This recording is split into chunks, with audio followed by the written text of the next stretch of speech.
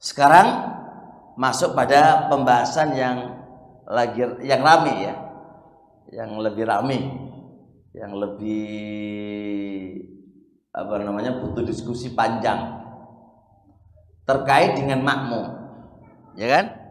Apakah makmum sunahnya itu menggabungkan atau hanya membaca Rabbana lakal hamdu saja?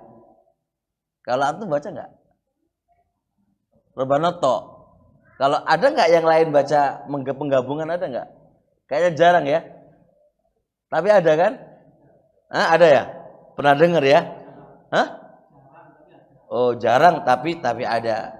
Kata jarang tidak menunjukkan tidak ada gitu ya. Ya kan gitu ya. Ya itu kan kaidah mantik kan gitu. Nah, sekarang ini bukan berarti ini penting. Bukan berarti Anda tidak melakukannya berarti itu salah. Nggak mesti kan? Paham ya? Ini sepakat dulu ini. Nggak mesti apa yang Anda tidak lakukan itu berarti dia salah. Dan belum mesti juga apa yang kamu lakukan itu pasti sepakat ini? Nah, sudah sepakat. Berarti gimana? Ya harus belajar.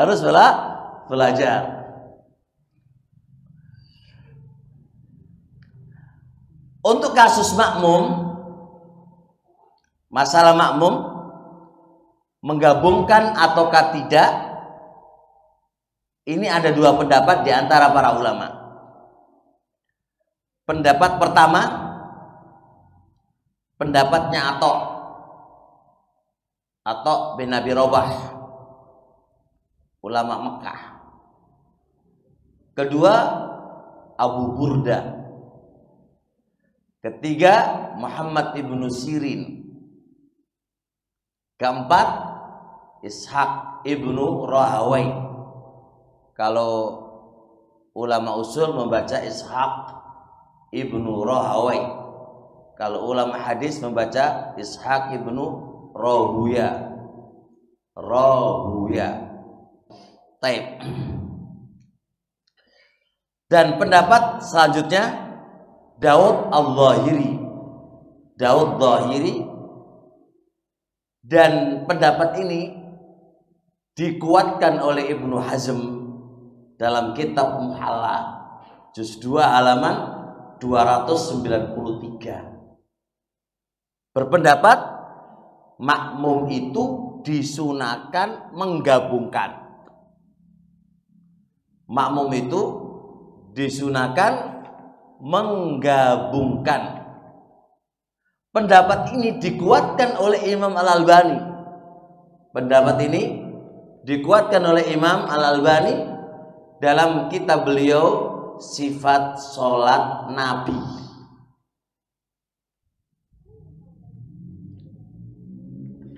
Ada 3 alasan yang mendasari.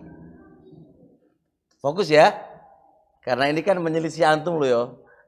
Menyelisih antum loh ya. Sekarang kita harus fokus apa alasannya. Apa alasannya? Pertama alasannya adalah imam membaca. Sepakat yang tadi membacakan? Baik. Alasannya adalah imam membaca. Rasul membaca ketika jadi imam. Kan gitu kan? Perbuatan Nabi alaihi salatu wassalam itu adalah syariat untuk semuanya. Berarti syariat untuk imam dan syariat untuk makmum. Jangan-jangan. Apa tadi alasan mereka? Rasul alaihi salatu wassalam membaca kedua-duanya dalam posisi waktu itu menjadi imam. Anda jangan lihat jadi imamnya, tapi lihatlah ini perbuatan Nabi. Asal perbuatan Nabi adalah untuk semuanya, baik dia itu imam maupun untuk makmum atau untuk munfarid. Asal perbuatan Nabi adalah syariat untuk umum. Bisa dipahami? Diangan-angan sih, diangan-angan sih. Udah, deal ya? Udah, nggak ada iskal? Alasannya? Baik. Alasan kedua adalah ucapan Nabi alaihi salatu wassalam, "Shollu kama ra'aitumuni usolli." Salatlah kalian sebagaimana kalian melihat aku. Taib. Ketika Nabi alaihi salatu wassalam salat membaca Sami Allah dan Rabbana lakal hamdu, berarti sebagaimana kalian. Masuk gak makmum? Salatlah kalian semuanya sebagaimana kalian melihat aku salat. Kalian ini masuk gak makmum? Masuk kan? Masuk. Jangan sih, jangan dulu ya. Fokus dulu karena ini menyelisih apa yang kamu lakukan.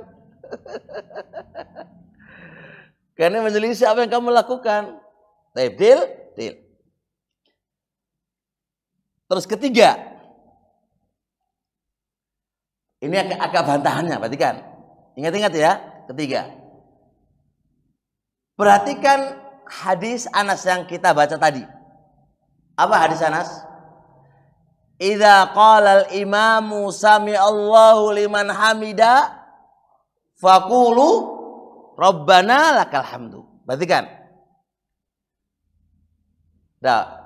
Abakan dulu, maksudnya nafasnya dulu disiapin dulu karena ini akan ada gaya balik bantahan tapi bentuknya membalikkan fakta, membalikkan omongan. Taib. Kata mereka begini, coba antum yang lawan kami, ini lawan kami. Di dalam hadis Anas tadi tertera imam membaca apa? Sami Allah. Kamu tetapkan baca Rabbana enggak? Bagi imam. Iya kan? Oke. Kalau begitu, maka ucapan perintahnya Nabi kepada makmum apa itu? Faqulu Rabbana lakal hamdu. Kita tetapkan juga membaca Sami Allah. Satu-satu. Fokus dulu. Anak ulang lagi ya. Anak ulang lagi. Makanya pentingnya ayo belajar usul, belajar mantek, belajar ini karena diskusi kayak gini ini. Saya ulang. Anak ulang lagi hadis Anas. Fokus hadis Anas. Idza qala al-imamu sami Allahu liman hamida faqulu rabbana lakal hamdu. Kalau imam itu membaca Sami Allah, maka ucapkanlah Rabbana lakal hamd.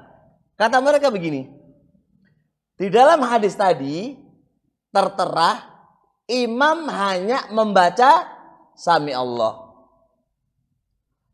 Lalu antum katakan imam juga membaca Rabbana lakal hamdu karena dalil yang lain kan? Oke.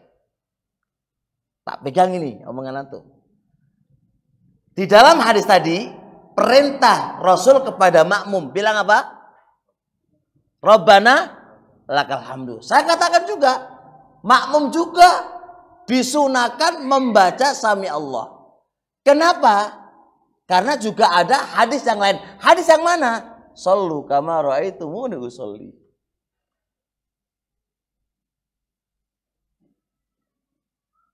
Saya yang belum paham monggo ditanyakan.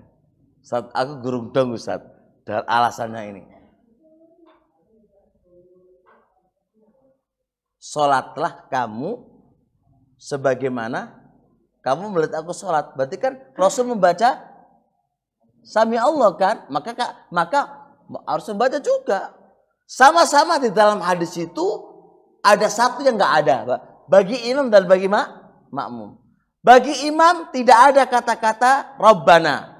Bagi makmum tidak ada kata-kata Sami Allah. Anda tambahin. Imam harus baca Rabbana. Karena ada hadis yang lain kan. Ya saya ikut tambahin juga dong. Bagi makmum juga harus ada tambahan Sami Allah dong. Karena hadis yang lain.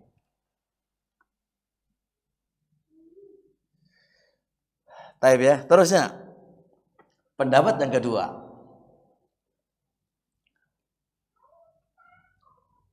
adalah makmum mencukupkan hanya membaca Sami Allahu tok.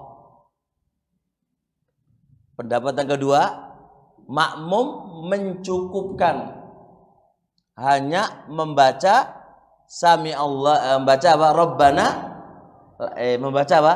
Rabbana lakal hamdu tok.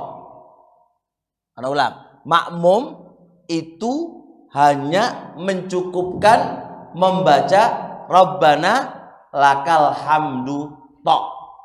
Enggak perlu membaca Sami Allah. Ini pendapatnya antum nih, ya kan? Dan ini juga pendapatnya ulama-ulama, sebagian ulama Syafi'iyah, sebagaimana dalam kitab Majmu'.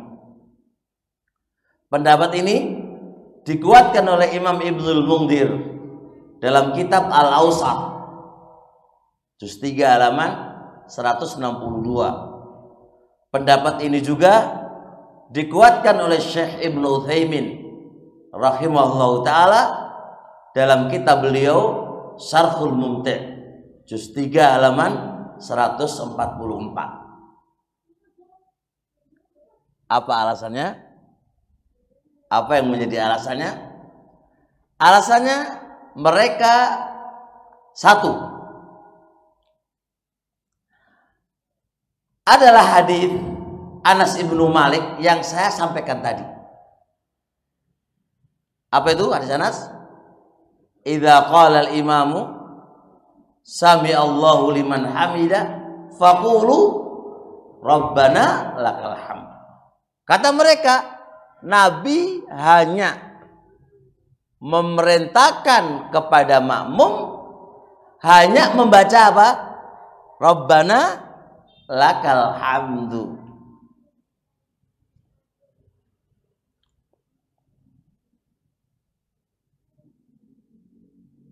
Dah, deal? Khair insyaallah. Baik. Mana ya Kak pendapat yang dipilih oleh yang saya pilih, tapi kan yang saya pilih ya masalah ini sih masalah sah-sah saja kan gitu kan. Mau milih pendapat pertama, mau pilih pendapat kedua, sah-sah saja. Yang penting dalam pilihan itu ada apa? Ada hal yang bisa menguatkan dia kan. Karena kita dituntut beramal harus di atas ilmu. Anda berbuat mencukupkan hanya Rabbana lakal hamdu saja, Anda juga harus tahu alasannya apa. Terlebih-lebih Anda bisa membantahkan gitu kan kepada lawannya Anda. Dan bagi yang menggabungkan juga tahu apa alasannya kan gitu. Dan juga serta bantahannya. Dan itulah kehidupan penuntut ilmu. Ya kan? Beramal di atas ilmu.